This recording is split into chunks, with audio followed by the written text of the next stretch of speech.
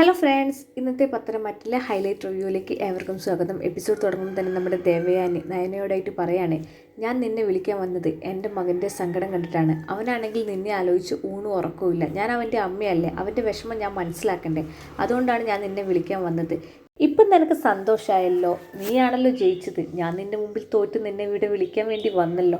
അമ്മ എന്നെ വിളിക്കാൻ വേണ്ടി ഇവിടം വരെ വരേണ്ട ആവശ്യമൊന്നുമില്ലായിരുന്നു. ഒന്ന് ഫോൺ ചെയ്തിരുന്നെങ്കിൽ ഞാൻ അവിടെ എത്തിയേനെ. പെട്ടെന്ന് തന്നെ റെഡിയാവാൻ നോക്ക്. നിനക്ക് എടുക്കാനുള്ളത് എന്താണെന്ന് വെച്ചാൽ എടുത്തോ. ഈ സമയം നമ്മുടെ ദേവയാനി നയനേൻ്റെ അച്ഛൻ്റെ അമ്മേൻ്റെ അടുത്തേക്ക് പോയിട്ട് പറയുകയാണ്, ഞാൻ പറയാനുള്ളതെല്ലാം നയനയോട് പറഞ്ഞിട്ടുണ്ട്. ഞാൻ അവളെ വിളിച്ചുകൊണ്ട് വരാൻ വേണ്ടി വന്നതാണ്.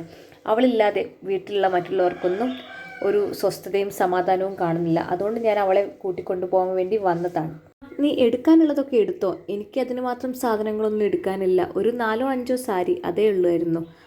പോരെന്നും പറഞ്ഞ് നമ്മുടെ നയനേൻ്റെ കൈയും പിടിച്ച് അമ്മ അങ്ങ് പോവുകയാണ്. എന്നിട്ട് കാറിൻ്റെ ഡോറും തുറന്നെടുക്കുന്നുണ്ട്. ഇനിയിപ്പോൾ ഞാൻ തുറന്നു കൊടുക്കാഞ്ഞിട്ട് നീ ഇപ്പോൾ കയറാതിരിക്കേണ്ട, അങ്ങോട്ട് കയറിയിരിക്കുന്നും പറഞ്ഞ് അമ്മ കൂട്ടി പോവാണ്. ഇതേ സമയം തന്നെയാണ് അനിയോട് അനാമികേൻ്റെ അച്ഛൻ പറയുന്നത്, അതെ എൻ്റെ മോളി ഇനി നീ അടിച്ചുവെന്നോ തൊഴിച്ചുവെന്നോ പറഞ്ഞ് അവിടുന്ന് ഇവിടേക്ക് വന്നാൽ ഞങ്ങൾ ഇങ്ങനെയൊന്നായിരിക്കില്ല നിന്നെ സ്വീകരിക്കുന്നത്. പറഞ്ഞില്ലെന്ന് വേണ്ട.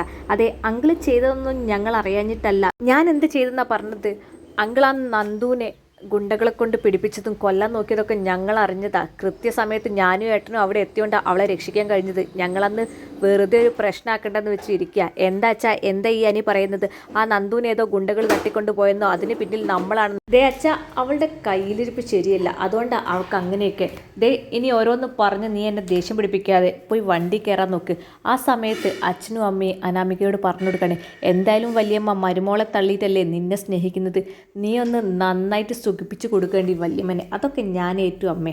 എന്നാലും എൻ്റെ ഏട്ടത്തി ആ കരള് കൊടുത്ത പെണ്ണിന് 50 ലക്ഷമൊക്കെ കൊടുക്കേണ്ട വല്ല ആവശ്യം ഉണ്ടായിരുന്നു. നമുക്ക് തന്നൂടായിരുന്നോ?